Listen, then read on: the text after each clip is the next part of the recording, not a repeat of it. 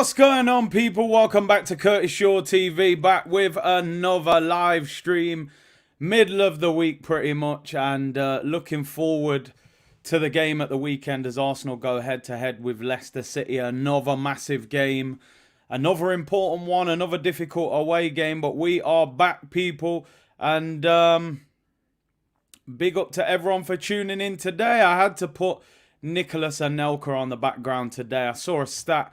17 years ago today, Arsenal signed Nicolas Anelka for £500,000. We sold him 2 years later for 22 million to Real Madrid. We signed Thierry Henry, who turned out to be a fairly good player, in my opinion, the greatest player to ever play for Arsenal. And also, we built a new training ground. That is what you call good business. We could do with that kind of business nowadays, Edu, you know what I mean? But let me not say too much about Edu before, I start triggering people in the comments. And it's live, people. We are here. Happy Thursday. Hope you are well. 48 hours until we go head-to-head with Leicester. He won the Champions League his first season with Real Madrid. Le Souk. I always say this. I know I harp on about him a little bit. But I say it more for the youngers who maybe didn't see him that much. But for me, honestly, one of my favourite ever Arsenal strikers. He was electric. I had the pleasure of watching him play live at Highbury. And I saw Thierry Henry play as well. And he was quicker than Henry when you were there live. I don't know if he was quicker than Henry, because Henry seemed to have these big strides. He was like a horse. But Anelka was just lightning. I loved watching him play. And what a player. What a bit of business that was, man. 500 grand, sold him for 22 million, bought Thierry and built the training ground.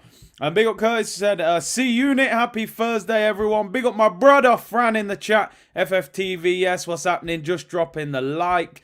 DJ Andre, respect to the whole C Unit. Yo, Curtis, big up me G, whenever you have no streams. I feel lost. Apologies, man. I had a day off yesterday. Trying to sort a few things out in the background. We're still working, but yeah, constant streams will be there, people. And yeah, big up to everyone reminding me in the chat. I have to say RIP to John Motson. Growing up, watching football in England, he was the iconic football commentator. Probably along with Martin Tyler as well, who was on Sky. But I feel like John Motson was the first because he was on, like BBC, Match of the Day. Unbelievable commentator. Sad news, a huge figurehead here in the English game. And yeah, man, obviously thoughts go out to his family, man. John Motson, Motty, legendary commentator. Fran said, I used to get my breakfast alongside Anelka in Dubai, does coaching with his kids. Blessed life. He's living that good life, man. That Dubai life, Fran, Might be time to get back over there. Big up, Fran. Yeah, John Motson, very sad news. Anthony said, yo, them Anelka days were during my mid-teens when I was at Highbury every other week. My dad, great times. Them early Wenger years and the late 90s were fire. R.I.P. to Motty, man. Legendary commentator. Yeah, big up Robbie, man. Big up Robbie and everyone at AFTV yesterday. A lot of people find it easy to criticise that channel and other channels and content creators. But I saw they did a fundraiser yesterday. I think they raised around £30,000 to give to the Turkey and Syria cause over there. So yeah, big up to Robbie and all the man them who were involved in that, man. Brilliant. Real OG commentators now are so dull. Soon come, man, Friday. You know what I mean? The Dubai trip. Feeling rebellious this morning. You know what it is. A few people came for me in the comments. El Neni, new contract, blah, blah, blah. You know me. I shoot straight from the hip, people. I say what I think. I can't pretend I'm happy with a contract that I'm not. I just can't dress it up. I said this the other day on the member stream. Anyone who tuned into the member stream, I said this. We were having a real honest conversation as we do, community settings. And I said, you know what? In life, you have to understand yourself. We're learning every day who we are. We're still babies in life at the end of the day. And I said to myself, do you know what? I need to try and enjoy this journey a little bit that we're on. We've been finishing 8th. We've been finishing 5th. We're top of the league. We're in a title race. We're going head-to-head with Man City. I do have to try my best to enjoy what is going on here because sometimes I get caught up in the decisions. Now, for me, El Neni, new contract for me, I wouldn't go anywhere near it. I'm harsh. Do you know what I mean? I want to see Arsenal back at the top. But at the same time, I do have to add that balance and say, do you know what? We're top of the league. We're playing good football. We got some good players. Just fall back a little bit and just enjoy what's happening, you know? So everything requires balance, people. Do you know what I mean? Even myself, sometimes I have to say, you know what? Just enjoy it a little bit more. Don't turn into the miserable old man. Do you know what I mean? So, but anyway, there's my little, the philosopher settings there, people. I still can't lie, though. I'm not happy with El Neni's contract. And I'm not going to be happy when we talk about this Granit Xhaka contract in the next 5 to 10 minutes. But definitely balance. Yeah, Mr. Miyagi, man. Wax on, wax off. You know how it goes, people. Wax on, wax off, man. So yeah, man, we definitely have to embrace it. I think it just makes me annoyed sometimes that we're in such a good position and I want us to make the most of being at the top, and that includes signing the right players, giving the new contracts to the right players. But at the end of the day, it is what it is. We're going to have to get on with it regardless. Having said all that, let me start off with this Granit Xhaka contract. Like I said, everything requires balance. It's because your standards are high. I know. Sometimes I feel, maybe I'm demanding too much. I don't know. But I'll stick by it, people. I will stick by it. Let's talk about Granit Xhaka. Year of the Grinch. Oh, you're the Grinch. Oh, no. Dear. I'm trying, man. I actually enjoy Christmas. The Grinch is a bit harsh, but I want to know your thoughts on this. One thing I refuse to do on this channel is cap. I will say it as it is, but we do have to still enjoy the journey. Arsenal vice-captain Granit Xhaka is keen to extend his stay at the club. Talks have taken place over a new contract. 90 Minute understands its hope negotiations can be concluded fairly quickly as there's a willingness from both sides to agree new terms. I mean, I did just say balance, but if I say what I think, I'm suspended 6 months. 6 months. No, I'm joking. Listen, it's a difficult one for me because sometimes I think as a club, when you're doing well, you actually have to let players go. Where I think with Arsenal, when we do well, we're more likely to keep everyone. I look at it like this. We've got 4 centre mids. Partey's our best centre mid, but he's unreliable in terms of injuries. Jorginho's just come in, so he's not going nowhere. You've then got El Neni, who's just signed a new contract. You've then got Xhaka. The interesting thing for me is that Xhaka's got 18 months left on his contract. So I don't see the reason to give him a new contract. I'm going to put a poll up because I want to know what you think about this, right? Granit Xhaka's contract ends in the summer of 2024. Summer of 2024, Granit Xhaka's contract ends. He's on £110,000 a week. He turns 31 this year. They're saying the new... Look, Granit Xhaka is set to sign a new contract with Arsenal. It will be a 2.5-year deal that will take him to the summer of 2025 with a further 1-year option to extend to 2026. Now, by the summer of 2025, Granit Xhaka will be 32, approaching 33. I mean, for me, I'm going to be totally honest, and I've just given you, my nice philosopher conversation. I'm not going to fill you with doom and gloom. What I will say is I don't see the need in extending the contract. That's all I can say. He can become a squad player. He's having his best season at the club. I do think he's faded in the last month. I just don't see the need of extending the contract. That's my honest opinion. Xhaka turns 31 this year. He's got a year left. He'll be nearly 32. I would have probably said game, set and match at that point. By the summer of 2024, we're taking him to 2025. with an option to take him to 2026. I just don't see Xhaka at that point. I don't know. What my worry is with Arsenal, right, is can we make them ruthless decisions at the right time? Can we let go of a player that we like? You know, Pep cried when Aguero left the football club. He was crying his eyes out like a baby. But he had to let him leave because he knew, new generation, I don't want to have a player who's on the decline past his peak. So he got rid of him, went 1 year with Jesus or played a false nine, then got Haaland. Arsenal's Milner, I mean, maybe. Jamil said, look what happened to Liverpool. Hung on to some players for too long. Now they're paying the price. You know, Henderson's and Milner's. Legs have gone, you know. I don't know. Pep was acting, people are saying. We cannot replace him. We cannot. Big C a year ago. Where is it? Big C a year ago, you would be having a meltdown over this. Don't let this season fool you. Do you know what?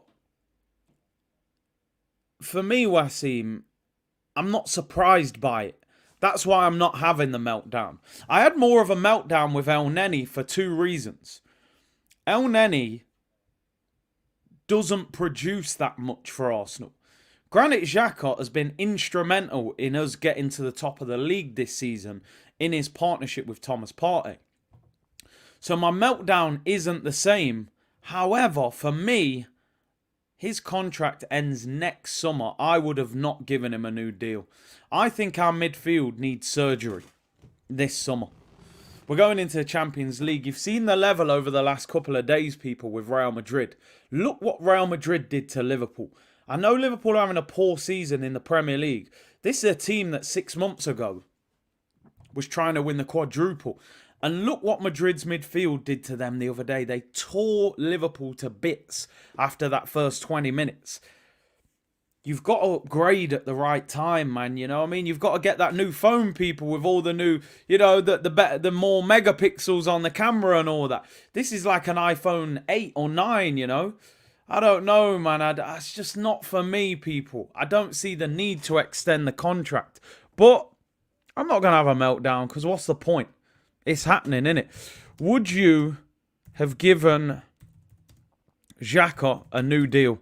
And this is going to happen. It's definitely going to happen.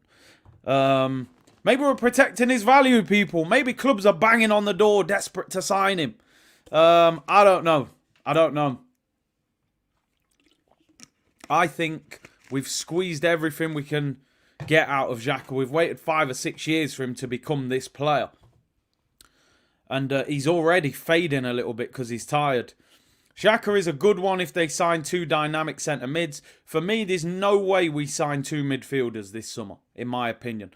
If you've got Partey, Jorginho, El Neni and Xhaka, at the most you can probably sign 1 more and carry 5 centre mids. I don't think you can carry 6 centre midfielders. So I don't see it. If Arteta is still here by 26, I bet Xhaka will be one of his coaches and then potentially his assistant. You could see it happening. Doesn't Real Madrid have centre mids in their 30s? Bro, they got Toni Kroos and Luka Modric. Modric, one of the greatest centre midfielders probably of all time.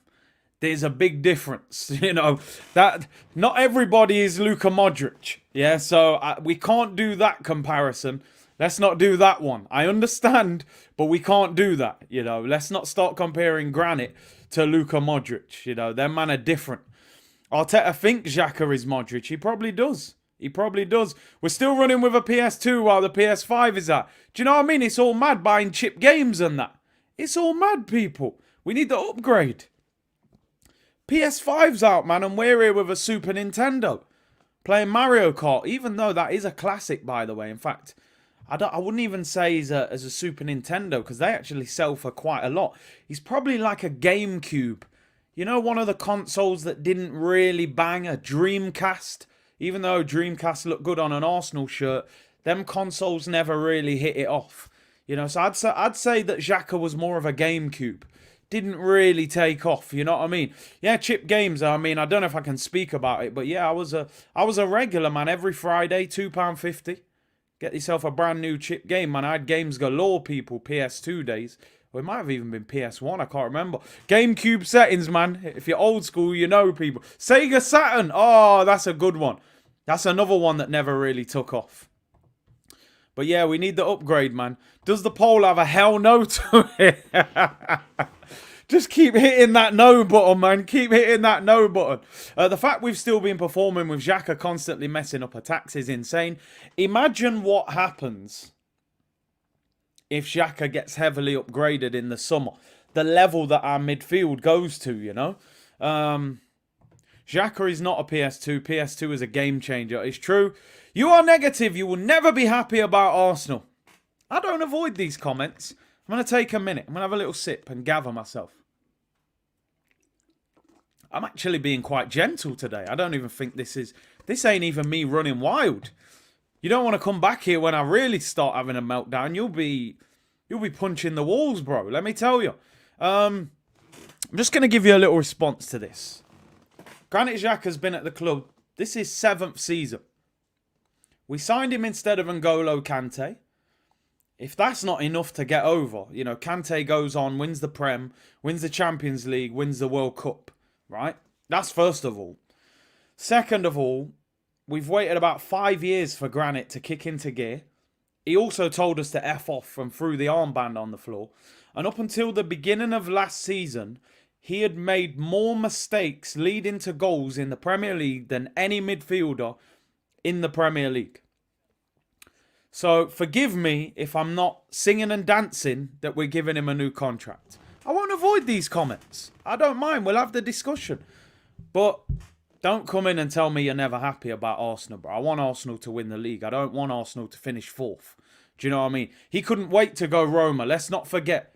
If Mourinho put the bag on the table, he would have been in Serie A 2.5 years ago.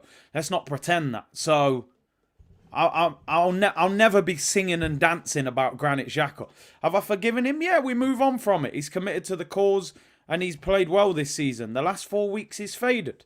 So, Prayash, I suggest you don't turn up when things really get heated in here because it goes a lot more wild than this. You know what I mean? Yeah, Xhaka told us to F off. And you're calling me negative. So what's he then? But anyway, let's not re-put the past. We're top of the league. I'm quite calm today, actually. Thought I'd better calm down after the El Neni one yesterday, you know. So, Prayash, don't turn up on a bad day when I'm really going. But anyway, Ans has become a member. Big up for you. Great member stream the other day, by the way. I'm gonna do them more often. I'm gonna change how we're doing the whole member stream. I need to get new icons and all new things like that. So I'm going to upgrade it all a little bit. Zach said I'd keep him as a squad player. Fair enough. I don't mind keeping him if you're keeping Granit as a squad player. I'm not actually saying get rid of him here, you know. I'm saying you don't need to extend his contract. He turns 31 this year. He's got 18 months. He'll be nearly 33 by the time that contract finishes. Is there any point really extending the contract? I don't know. I wouldn't extend it. Granit Xhaka's in the chat. He said, Curtis, Xhaka is the heart of this team. Ah, dear. Don said, Curtis, I never catch the member streams. You got to get involved, bro. Keep checking the community page. I always let people know as well in the stream on that day. 150 grand a week squad player who's crap. Oh, dear me. Don't let Prayash hear you say that. He'll have a meltdown. I mean, listen, he's on 110. He's going to get a pay rise. So you're looking 120, 130, maybe 150. Yeah, listen, maybe I do have different ideas to Arteta. Arteta probably sees him as a manager on the pitch. And managers love players like that. Jorginho, he keeps talking about how much of a leader he is. And Granit is the same. So I think Arteta probably sees qualities that he had as a player in Xhaka and Jorginho. You know, midfielder, keeps the ball. Very, very kind of similar. And plus, he's probably, like a lot of people are saying, him and El Neni probably end up becoming coaches at this club. So, it is what it is. Like I said, man, It's football friends settings, innit? I think a man said I'm staying. Hold that seat. I gotta hold it, Anna. I got no choice. Granit stays, people. Granit stays. Let's just end that poll before we move on. Would you have given Granit Xhaka a new contract, bearing in mind that he's got 18 months left on his deal? Latte said he is crap. 60% of he said no, 40% said yes. So reasonably split, really. Yeah, he's going nowhere, man. He's built a rock, that guy. Definitely granite. Granite by name, granite by nature. Granit Xhaka, for me, I would have just let him run down his contract. Let me see what Prayasha said. Yes, I don't like negativity during this time of positivity. You were so disrespectful when we signed Jorginho. And I stand by it. I stand by it, Prash. Honestly. I don't hide from it. There were, again, things can change in football very quick. If I'm not happy with a signing, I'm not going to come on here and lie to people and pretend that I was. I wasn't. I thought it was underwhelming and I thought we should have gone for someone better. Has he come in and done well so far? Well, we're talking about 2 games, so I respect it. We can have these discussions. I think being constructive can still be deemed as positive. Being a supporter means you want the best for them. That doesn't mean accepting everything they do. You know, it's like having a child. You don't tell them everything's okay. Yeah, just go and get that chocolate out and just eat all of it. You know, sometimes you got to say, yo, relax yourself, man, and go eat some vegetables and some fruit, man. You know what I mean? Sometimes you got to be harsh, cruel to be kind. Shane said, could the solution for Xhaka be Zinchenko or ESR? I think I wouldn't mind seeing ESR playing that number 8 role that Granit's been playing in. But again, we need to get him fit. The man's we can't get him available at the moment. So I think Granit looks a bit tired. I would like to see something different in that number 8 role. But who could you put there? I don't think Fabio Vieira has the physical side to be able to do it. But potentially we could maybe go and put Smith Rowe in there. Ruben Neves, Milinkovic-Savic. Yeah, listen, Milinkovic-Savic is a player that I would like. Rick said, just tune in, Curtis. Shame not to see you on the 12-hour stream yesterday. Great cause. So good to see them make so much money. Yeah, big up, man. It was brilliant that they raised so much dough. Prayash said his opinion, respectful debate. Yeah, man, that's what I'm saying. There's no problem. I don't expect everyone in the comments to agree with me. I don't block people for disagreeing as long as you're respectful. We'll have open discussion. That's the beauty of the community, people. The Legends of Renegade. Edu will probably sign Fred or Joel Linton as Xhaka's replacement if he leaves. We are not serious. You could, you know what? I bet. I don't even want to discuss that. Could you imagine us signing Fred? Joel Linton's actually a decent midfielder as a pure hunter. Just go and win the ball back. He destroyed us. Anyway, let's move on, people. Let's move on. Where should we go next? Let's go new kit. Let's go merch. It's Merch Thursday, people. Merch Thursday. New kits are being leaked. And I want to know your opinions. Now, these will not be gospel in terms of they've not been released yet by Adidas. But usually, the leaked ones are fairly accurate, especially once you get to about February, March time. Now, I've seen a report saying that these are not actually 100% accurate. The colour scheme is accurate. The home kit is believed to be red and white with some gold detail. And the away kit, let me just show you. I want to know your opinions on the ones that have been leaked so far, people. So, this will be the home and the away kit next season, although may not actually be exactly the same. What are your opinions on these two kits? For me, first of all, the away kit, just dash that away kit in the bin straight away. Just dash that in the bin. Man United have got a similar kit out, I think, this season. And Adidas at times seem to just copy and paste with their kits. It's this away kit like this yellowy lime green glow in the dark colour. Horrible.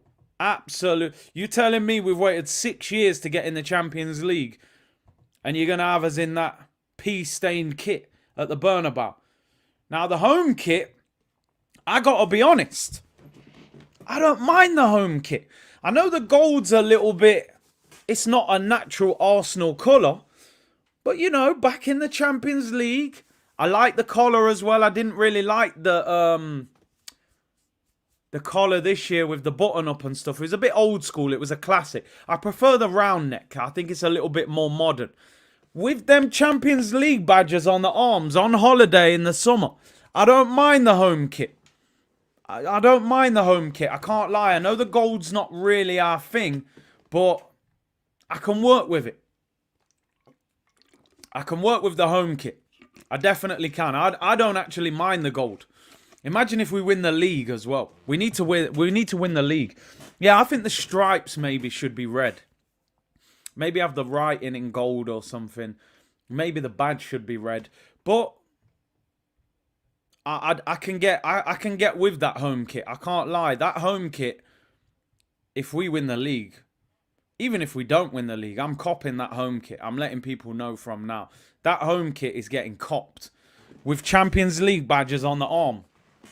Wednesday night watch along against PSG, coming out in the gold against Mbappe and Messi. Jeez, people, that home kit's getting copped. I'm not even going to hide from it.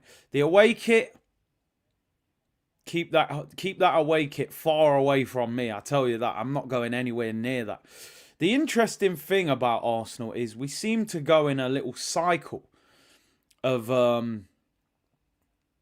away kits. So I think the third kit will probably be blue, because our third kits have tended to be. We had the pink one this year. We've got a black away kit, so I can't see us having a black third kit. I reckon the third kit will probably be blue. But what do you think? Do you know what? Let's get another poll up. Why not? Do you like the leaked kits? Do you like the leaked new Arsenal kits? I'll put home, away, or if you don't like any.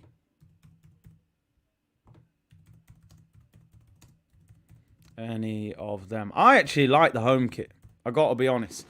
But it'd be interesting. Listen, these might not be 100% accurate, but they have released the colours, and they are saying definitely there's going to be gold on the home kit. More polls than a strip club, people. I'll buy a bruised banana one. That away kit's horrible in my opinion. I don't know what they're doing. They're rinsing this pattern thing on the kit too much. Third kit gold.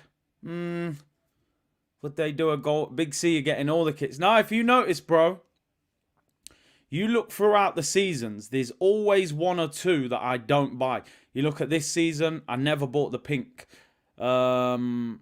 Last season, I can't even remember what our free kits were last season. I try and forget about them seasons, to be honest.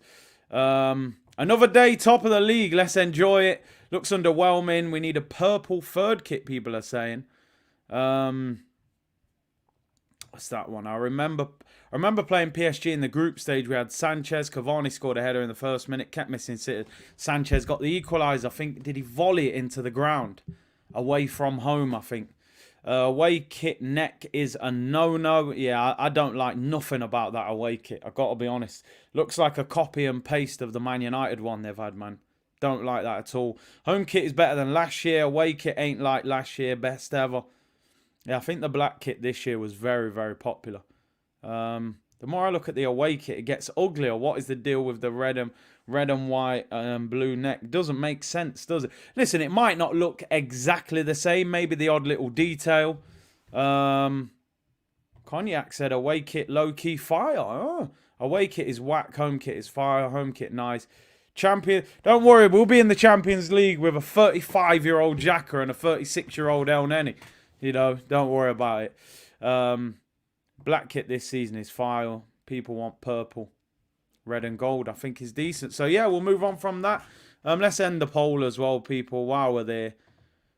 Do you like any of the kits or do you dislike both of them? 55% of you like the home kit. 38% of you don't like any of them. And 5% like the away kit, so not many. Away looks like a pea stain. It does. I never bought that kit either the other year. The light one when we had Pepe and that. And a 43-year-old Partey. Yeah, we'll have the pensioners in midfield for us people. Don't worry about it. This was a proper kit. Super Nick Anelka JVC. That kit was serious. Arteta should definitely play ESR in that Granit role. I think he can do it, but the only thing is he's going to have to be fully fit. There's a lot of running required. Sir Festus, Curtis, I don't like this yellow kit at all. I agree with you on that one, bro. I didn't like it. Gold. Remember what was the last gold kit we had? I think we had the Puma gold kit, didn't we? Gold kit. Arsenal. I had that one. I lost it. I used to like that kit as well. Gold kit, Arsenal. I've got the gold Sega one, actually. What's the last gold one? Yeah, Alexis Sanchez. I like that kit, actually. I remember Man City away in that. Sylvan Wiltord. Yeah, I've got the Wiltord. Big C, that cruise finish on your story. Yeah, man, he's doing bits, man. He's doing bits. Just got to keep working hard, you know, keep practicing. Official J Dan, hey, see, have you heard rumours of Declan Rice, 200k, 5-year deal agreed? If so, do you think it's a good signing? I mean, we've been speaking about him a lot. For me, Declan Rice is a good signing for Arsenal. I'm going to be honest. I know I said yesterday that he's overpriced, and I think he is overpriced, but he is still a good signing. I'm going to be honest. Because we can't rely on this guy, Thomas Partey, in the 6 role. We just can't. You've got to find a solution now. English players come at a premium because you've got to have, I think, 8 in your 25-man squad. So, I mean, there are rumours again today. People saying Declan Rice already verbally agreed a 5-year deal, £200,000 a week to join Arsenal. It's just a case of agreeing the fee with West Ham. If we've still got to agree a fee with West Ham, then the deal is far from done. You're talking about Edu here, by the way. You know, I don't trust Edu to get these deals done at the best of times. David Moyes already saying that he wants big money for him. So I think that Declan Rice would be a good signing. I think he's a little bit overrated. But I understand what they like about him at the same time. He's very physical. He's mobile. He's very good in the air. He's good in the tackle. He keeps things simple. And because of his age, you feel there is a lot of room to improve. You know, looking at it from a positive point of view, he starts every time for England in the World Cup. You know, him and Phillips and then him and Bellingham. He's definitely got a big future. If we signed him, I would be positive about it. But I just don't like the numbers that are being mentioned, you know, 100 million and stuff like that. I just don't think he's worth that kind of money. Don't worry, Curtis, Moyes won't be there to ask for big money. That's true. I think Moyes will be gone in the summer. We need physicality in midfield. We need physicality and we need legs. And he's both of them. He is both of them. It's not a signing that excites you, you know. I wouldn't be running to the armoury and printing Rice on the back of the shirt. But it's a signing that makes sense. It's a signing. If you've got Thomas Partey fit or he's not fit, he's a great replacement, you know. But I'd like to sign an attacking midfielder as well. I still think we need a goal scorer. Maddison or Milinkovic-Savic, somebody that can bag goals. Would you take Mason Mount? See, it's a tough one because he's another one that I've always said he's overrated. I call him pace and pound.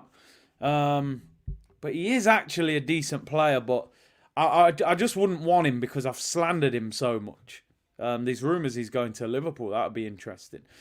So yeah, Declan Rice, again, stories linking him to Arsenal. But if we've still got to negotiate the deal, then the deal's far from done. Because Edu negotiating with West Ham, anything could happen in them negotiations. Jollof Rice when he plays with Partey. Do not take Mason Mount, said Aluminium. I'd rather have Pat Rice on my back personally. Oh, dear. Vieira is going to be an upgrade on Xhaka. We ain't getting Milinkovic. I don't think Vieira is ready to play in that number 8 role. I got to be honest. Defensively, I think he would be struggling in the Prem. Let's talk about one of the main stories of today, people. Let's get into it a little bit more. And that is regarding man like Raphinha. Story being leaked from Spain today that Barcelona actually rejected a £70 million offer from Arsenal in the January transfer window. Now, one thing that I always say with Arsenal, that I need to be proven wrong on this. Arsenal, I want to see Arsenal get a big deal done that is outside of our comfort zone. Most of the deals that we get done seem to be within the contacts section of Edu's phone book. You're Brazilian, or you speak Portuguese, or George Mendes is your agent, or you've played somewhere else for our manager. If it's not within the confines of that, it seems very difficult for us to get deals done. And that's what annoys me sometimes with Arsenal. It's like, Caicedo was out of our comfort zone. His agent was nothing to do with us. There was no connection. We couldn't do it. Same with Mudryk. We couldn't do it. You know? And that's what I don't understand sometimes with Arsenal. And that's what Edu has to prove. Jordan, I mean, Raphinha is a strange one for me because he plays right wing. This story is interesting because it says Barcelona rejected a €70 million, not pounds, €70 million offer from Arsenal for Raphinha in January. They consider the player not for sale. Now, I've read the whole story. I had to translate it, Google Translate. And apparently Raphinha's not completely happy with his situation at Barcelona for the simple fact that Ousmane Dembele is considered the first choice right winger. So when Dembele is fit, Raphinha's sitting down on the bench, which I could have told him this anyway. Raphinha is not better than Dembele. Dembele is inconsistent though, that's the problem. And he's quite injury prone. But Raphinha is frustrated that he is not starting every week at Barcelona. This was his dream move. Barcelona is the club he said he dreamed of. Ronaldinho was his idol. And he's gone there and he's having to sit down on the bench. Now, obviously, he scored last week against Man United. He was fuming when he got substituted. And he's frustrated that he can't get into that Brazil starting lineup because he thought Barcelona, he was going to start. He's going to get in the Brazil team. It hasn't happened. My problem with this deal, if you sign him, I don't think he starts. I don't think he starts for Arsenal.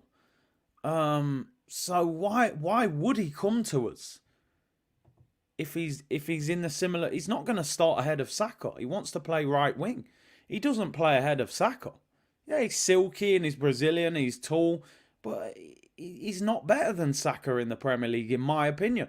Now, we haven't seen him in the Prem at a top club, so he may come back to the Prem and go to a whole new level. But I want to know your thoughts on this, people. Now, the story actually says that Arsenal still have him on a list of targets for the summer. So, would you be happy with signing Raphinha in the summer? Barcelona in a lot of financial trouble, says they need to make at least 200 million this summer. This could be one of the players that they have to get rid of. Akeem, big up my bro. He said, I don't want him. He was pants in the World Cup. When Anthony has a better World Cup, there's a problem. And I don't really even rate Anthony as well, like you're saying, bro. Badir said, when Chelsea Mudryk deal was announced, AFC PR team started pumping out Declan Rice. I think it's all BS. He'll sign for Chelsea at the end of the window. Interesting, innit? The PR machine, it was like, okay, calm down. We didn't get Mudryk, but guess what? We're going to sign Declan Rice in the summer. It's just interesting that we make our targets so public, you know, some of them anyway.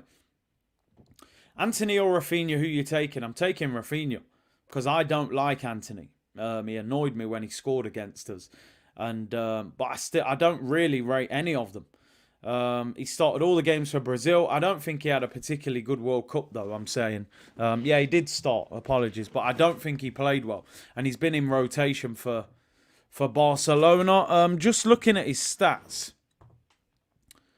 this season for Barcelona. 21 games, 4 goals. Although only 14 of them were starts. At Leeds last year, he got 11 goals, 6 the year before. He's 26, turns 27 this year, on 140 grand a week. I don't think, I wouldn't be in a rush to bring him. I really wouldn't.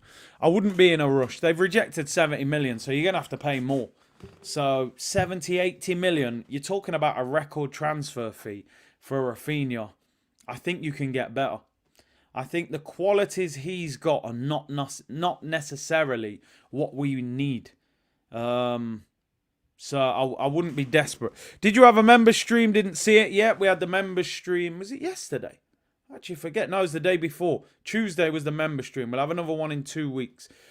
Raphinha has been playing better last 3 or 4 matches. He's getting in form.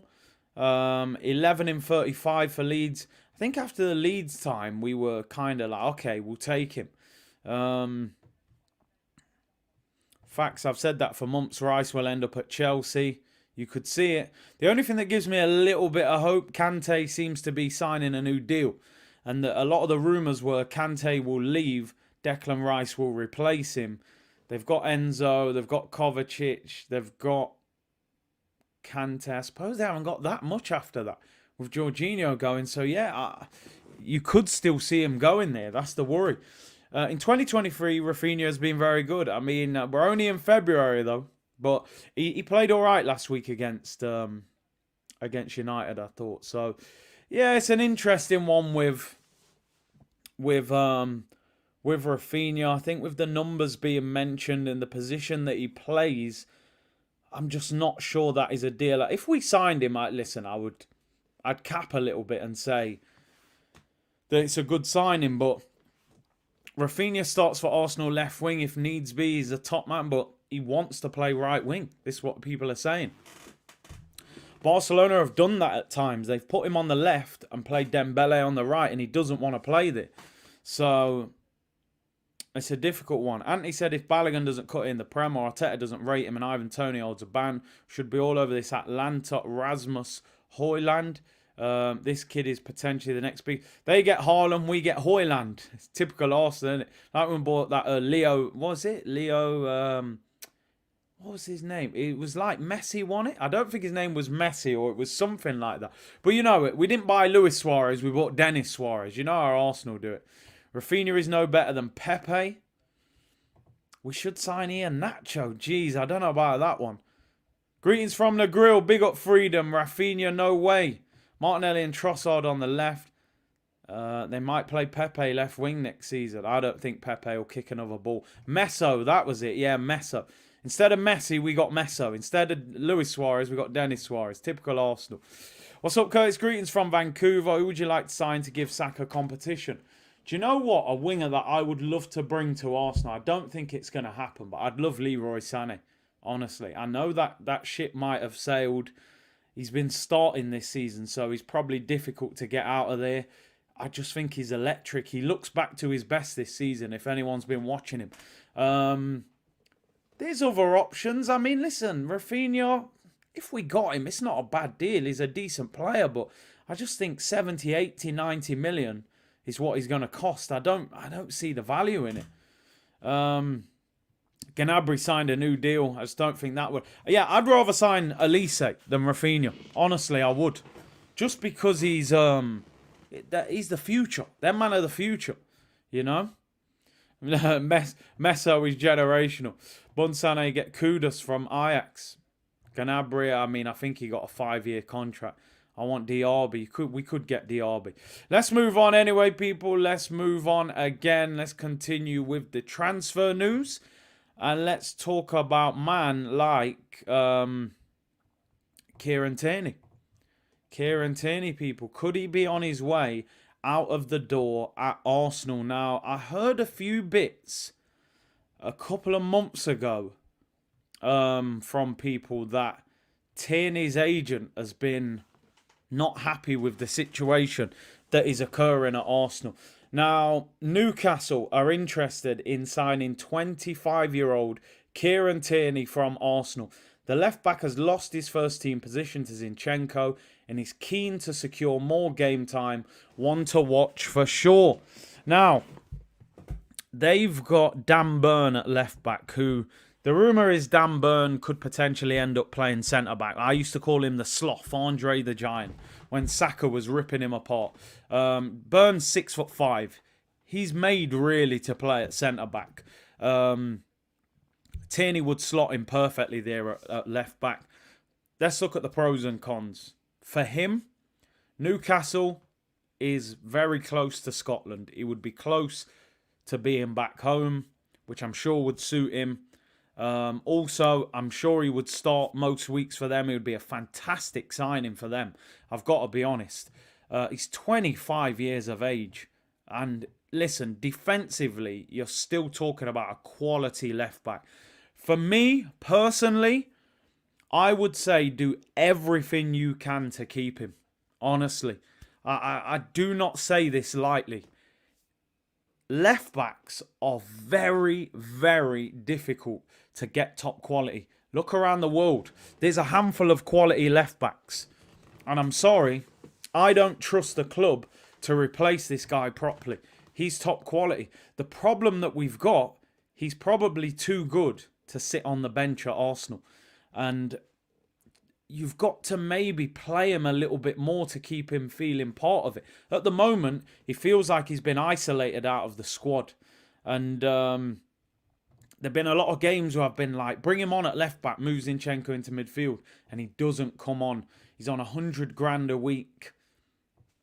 This is a precarious situation.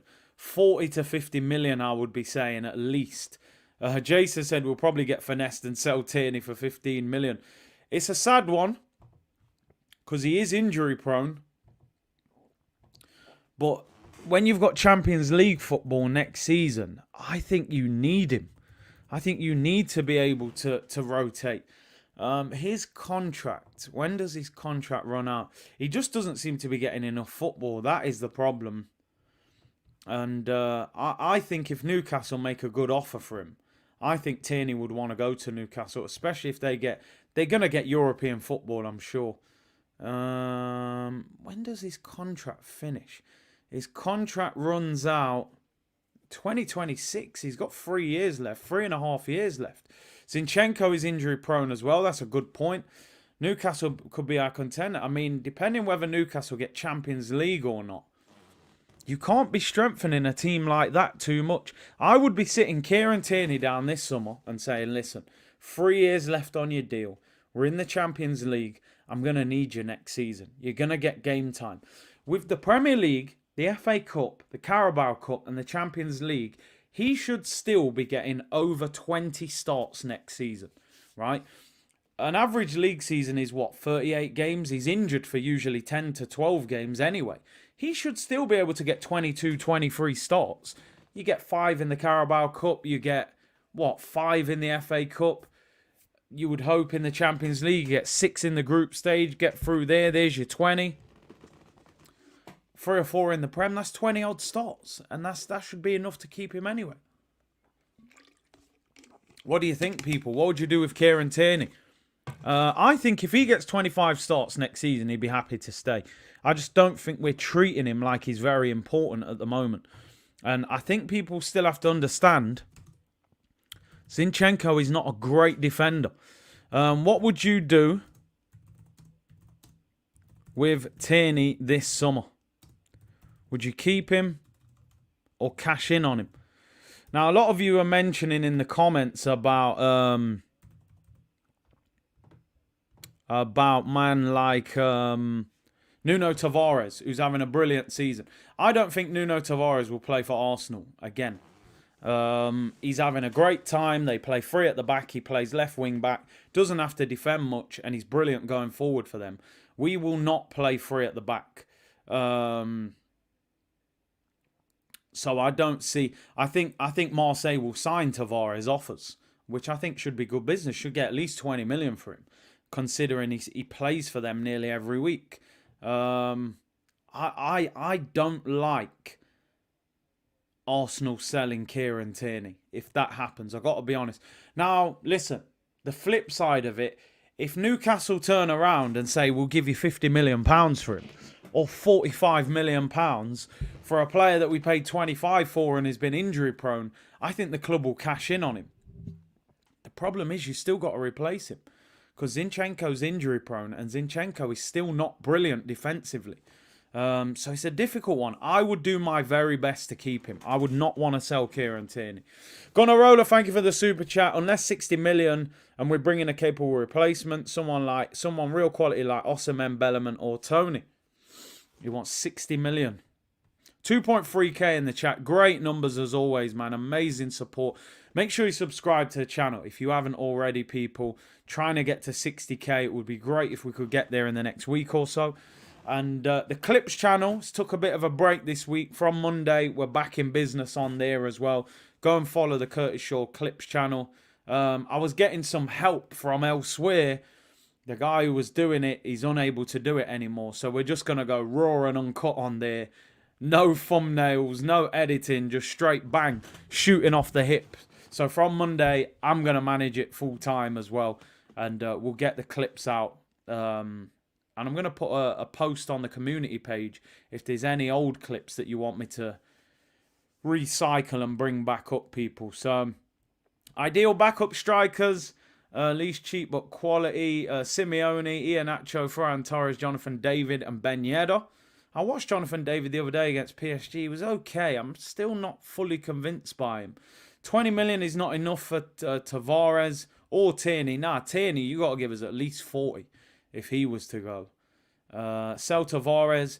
Like I said, and we were talking about this the other day, people, is that we've got 11 players, first team players, on loan this summer. Now, that concerns me because do we really trust that Edu can get rid of 11 players in the summer? That's a lot of players. And we're speaking about it the other day, Runarsson, Cedric, Pablo Mari, Austin Trusty, Ainsley Maitland-Niles. You've got Sambi Lokonga. You've got Balogun, Patino. There was a few others as well. Nicolas Pepe. All these guys are going to come back in the summer, and a lot of them are on good wages now. If you can't sell them, Nuno Tavares as well. If you can't sell them, you've got to get them all back out on loan deals again. When you're trying to sign players as well and you've got to get rid, is he going to be able to get rid of that many players? Now, yeah, we might keep Balogun. We might keep Patino. You're going to have to sell Runarsson. You're going to have to sell Ainsley will go. There's a lot of players that need to be sold there. Pepe is on 130, 140 grand a week. So 60 million for Tierney. Not many better left backs. About time we start bumping teams. Yeah, you're right, bro. If Newcastle come for Tierney, I'm like, listen, 50 million or do one. Your owner's worth 300 billion. Don't turn up here with 20 million. He would still be an incredible signing for Newcastle at left back. 100%. Bombs up and down the wing. He would be a great signing for them. I would try my best to keep him. But if we can get a solid left back as backup for 10, 20 million, you can get 40, 50 for Tierney and he wants to go, then maybe you let him go. Keep Ainsley for right centre-back. He's good cover as a defender. Thing is, Ainsley has not played that much at Southampton, so he might think, you know what, I'll just come to Arsenal and be a squad player because he's at Southampton, bottom of the league as a squad player. Our Monza are staying up and Pablo Mari has an obligation to sign for them if they stay up. So, yeah, Mari will probably be gone at the end of the season anyway. And have a lot of players. I might actually do a show next week about our players on loan. I think that would be a good show and we'll see how they're doing, how much we could possibly get for them and all that sort of stuff. We've got a lot of players out there on loan. Let me end this poll. Kieran Tierney, 85% of you say keep him. And 15% of you say sell him. So I think the majority of you would definitely want to keep Kieran Tierney at the football club. And before we finish off, I'm just going to finish off with an absolute outrageous story that won't surprise you, but also irritates me at the same time. Now, David Ornstein puts out a story this morning in The Athletic. Jude Bellingham. They're believed to be Liverpool, Manchester City, Manchester United are the three front runners to sign Jude Bellingham. Now, the story goes on to say that Jude Bellingham is willing to go to Liverpool even if they don't get Champions League. They've said for a long time, Klopp has spoke to him, his dad's a Liverpool fan, Gerrard was his idol. That looks to be the club. But they're saying now 150 million. Now, David Ornstein mentioned Arsenal in the story. Did he just do that for traction? Arsenal are admirers of Jude Bellingham, but his £150 million price tag will probably be just out of their price range as they search for a new central midfielder. I mean, Dave, you might need to go on a permanent ban or at least time out for those comments. Do you know what makes me laugh about what he said here? The funniest bit. He said 150 million will probably be just out of their price range. Only just. You know, if it was 130, maybe we could have got there. But 150, we can't reach it. I mean, is that the most pointless transfer story you've ever heard in your life? But I do want to say two things about this. Is he worth 150 million? No chance, right? He's a great player with unbelievable potential. 150 million is outrageous for a central midfielder, right? But what I will say is this. What frustrates me about this is Jude Bellingham would be perfect for Arsenal. Make no mistake about it. Can you imagine a midfield of Jude Bellingham and Thomas Partey? That would be outrageous. He would be incredible as a number 8 at Arsenal. Right? What annoys me is that we can't sign him. That we're not in the race to sign him. That's what frustrates me as an Arsenal fan. When people say, oh, you know, be positive about everything and blah, blah, blah. And as I've said, balance, of course. We are top. Let's enjoy it. It's not that we're not going to get Jude Bellingham. It's that we can't even try and get Jude Bellingham. And I ask myself the question, why not? Why are Liverpool favourites to sign Jude Bellingham, but Arsenal, you would laugh if I said Arsenal were trying to get Jude Bellingham. Why? You know, they haven't got more money than us. Their owners don't spend money. Their stadium's smaller. Obviously, great history, and they've won Champions Leagues and Premier Leagues in recent times. But the narrative has to change with Arsenal. When is the last time that a top player was potentially available and we were in the race? Just in the race. Probably Luis Suarez, 40 million and a pound was the last one. I'm talking like world beater that we were in with. We would have got him if we'd have paid the dough. Man United, their owners haven't even sold yet. Man United are in the race to get him. It's believed that Real Madrid wanted him, but apparently Bellingham wants to come back to England. Obviously, he left at 16 to go to Germany, and he wants to come and play in the Premier League. He's never played in the Premier League, played in the Championship. Aubameyang was the last one. Top player. So, it is a bit frustrating at the same time because he would be perfect at Arsenal. He would be absolutely perfect. Now, 150 million, listen, don't get me wrong. It's outrageous. It's outrageous money. And he's not worth it. I'm sure clubs will try and offset some of those numbers by throwing a player at Dortmund. You know, if Arsenal were in for him, you could offer them 90 million and give them one or two players. I don't know, but it's just disappointing that we're not in the race. We're top of the Prem. We've got money. We've got an owner that's double the riches of Todd Boehly. I wish we were interested. I wish it was a possibility. But yeah, man, it's one of them. But yeah, I'd take Milinkovic-Savic. Few of you saying Milinkovic, he'll be a lot easier to get. Oh, he would fit amazing in our midfield. Even the football we play. 90 million plus Balogun, I'd take that. They'd probably take Balogun, you know, as well. Big up Curtis. Yeah, just outside of our price range. 80 million and a pound. We'd have got it done, people. Milinkovic-Savic or Bellingham. I'm taking Bellingham, bro. I'm taking Bellingham over Milinkovic. I want Milinkovic at Arsenal, but Bellingham's what? How old is Bellingham? 19? He's 19, bro. Like, Jude Bellingham's the truth, man. I'm telling you. Jude Bellingham is a serious baller. 19 years of age. It's not a game. It's not a game, people. He's a serious baller. Give them Granit Xhaka and 120. The Kroenke effect and people back him. Don't get it twisted, right? Arsenal, in reality, could sign him financially. I think this summer, whether we win the league or not, just for the fact that we're in the Champions League next year, this summer needs to be the biggest transfer window that we've ever had as a football club. It needs to blow everything out the water. Forget them 120, 140 million summers. I think Arsenal need to be spending 200 million this summer. Maybe more. Chelsea just spent 200 odd million. Man United just spent 200 odd million in the summer. I'm telling you now, we need to spend 200 million plus in the summer. And this is what I mean. Arsenal should be in the race for this kind of player. You could get him for probably 90 odd million and Balogun, or 90, give him 2 players even. But listen, it is what it is. We need a DM, and Bellingham isn't a DM, but ultimately, Partey's played in the DM role, Xhaka's played in the 8 role. We could do with a replacement for both.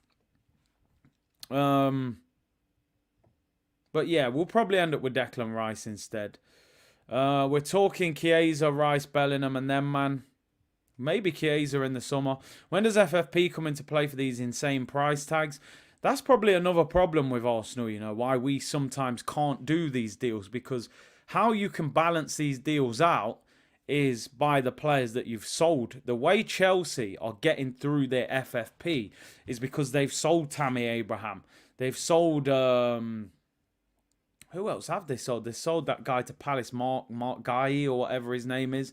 They got rid of, obviously, Jorginho's gone. They've sold plenty of players in recent times for decent money to balance out the books. 200 million, are you joking? That's the LA Rams, not us. But that's what we should be getting, bro. We need 200 million. We're going in the Champions League next year. And as much as some of these players are doing well, we have to upgrade. We have to upgrade. But listen, it's pointless. We're giving El Neni and Xhaka new deals, so we're not spending 150 on Jude Bellingham, unfortunately. Tomori as well. That's another one they sold. So, yeah, Edu really struggles to sell. Rudiger went on a free, you know, Santam. He was out of contract. Lukaku's out on loan. People saying, yeah, we'll end up with Tielemans on a free. Tielemans and Gundogan, free agents. We've been linked with both of them. That's probably more the ballpark we're looking for. Rice, Camavinga and Leao, 210 million. I mean, that would be an incredible window. Rice would cost you probably 80. I think Leao would cost you 80, 90 as well. He's got a year left, though, so maybe less. AC Milan got problems. Camavinga, it depends. I think if they'd have got Bellingham, they'd have let Camavinga go. But I think Bellingham's going to stay in the Prem, or come to the Prem, should I say.